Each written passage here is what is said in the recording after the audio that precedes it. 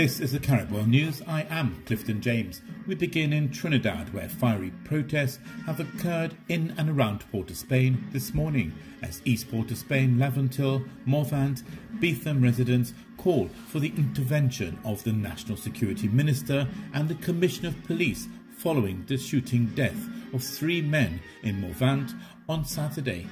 There were numerous clashes between police and residents across the capital city as tensions rise. Gunshots were traded along the Eastern Main Road heading into Port of Spain, and the Legal Affairs building in Port of Spain was shot at. Residents blocked the Beetham Highway this morning near the Sea Lots walkover. Protests along George Street led to a confrontation between residents and police. Numerous roadblocks along Lady Young Road and Gonzales in Belmont as police tried to get a grip on the escalating scenes. National Security Minister Stuart Young held a press conference a short while ago to address the situation. This comes after 3 men were shot and killed on Saturday afternoon, as police claimed that a firearm was drawn by one of the men and they were forced to return fire. However, CCTV footage from the area appears to show one of the men outside of the vehicle with his hands raised, the other with their hands extended out of the vehicle windows, prompting protests on Monday and early this morning. National Security Minister Stuart Young has called for calm. He said he's been briefed by the heads of national security and has condemned the protests.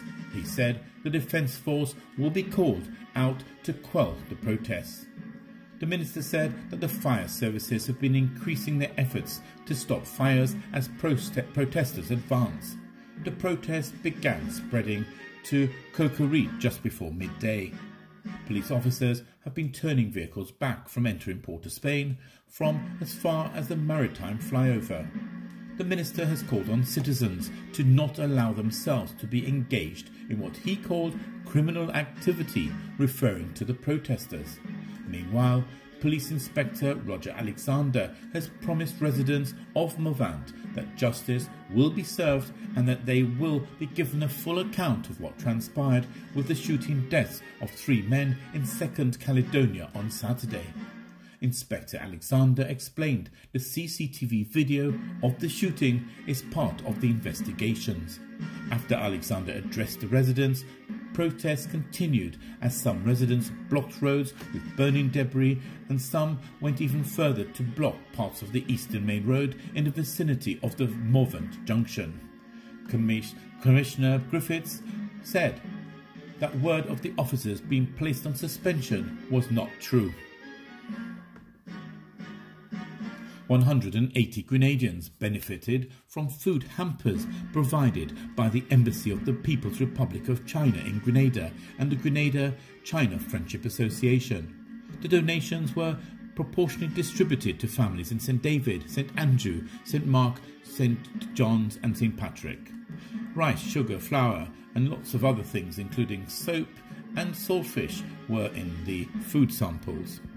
An array of other staples were also purchased from local grocery stores who were grateful for the sales in these unforeseen difficult times. Items were all purchased in the parishes where the beneficiaries live. The Prime Minister of Antigua and Barbuda said legal challenges from tourists arriving in the country would force health officials to change current health and safety protocols. The Prime Minister said that several tourists are threatening legal action over the current mandatory coronavirus testing protocols upon arrival into the islands. Brown said that tourists who tested positive last week did not follow the mandatory quarantine orders and booked flights back to the United States the next day after receiving the diagnosis. Some guests are saying, "You don't have the right to put anything in my nose." Several tourists arriving at the island said it was a violation of their rights to be forced to take a coronavirus test and stay on the island until the quarantine period is complete. As a result, the government of Antigua and Barbuda will allow visitors to be tested before arriving. Aerospace giant Airbus says it plans to cut 15,000 jobs as it deals with the effects of the coronavirus. it will cut 1,700 jobs in the United Kingdom, along with thousands more in Germany, Spain and elsewhere. The move is subject to talks with unions, which have opposed compulsory redundancies. The Unite Union said the Airbus announcement was another act of industrial vandalism against the UK aerospace sector. People in Hong Kong could face life in jail for breaking a controversial and sweeping new security law imposed by China. The legislation came into force on Tuesday, but the full text was only revealed hours afterwards. It was brought in by Beijing following increasing unrest and a widening pro-democracy movement. Critics say the new law effectively curtails protest and undermines Hong Kong's freedoms. International donors have pledged $7.7 billion in humanitarian aid for war-ravaged Syria at a virtual conference hosted by the United Nations and the European Union. While less than almost $10 billion sought by UN agencies, the funding promises on Tuesday were higher than expected, given the economic shock of the coronavirus pandemic and shortfalls in other aid appeals, notably for Yemen earlier this year. We recognise that the circumstances are very unusual. It is a very difficult moment in every country to find the resources necessary to relieve the suffering of the Syrian people, United Nations Aid Chief Mark Lowcock said after the conference by some 60 governments and non-official agencies.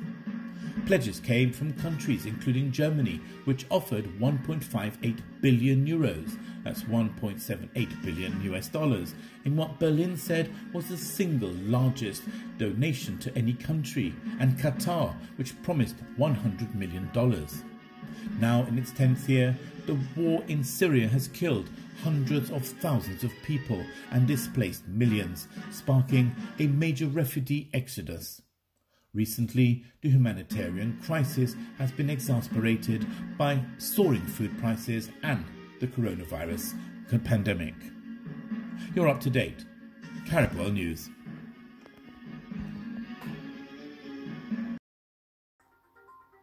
For low-cost flights, contact CaribJet 439 4444 or caribjet.com.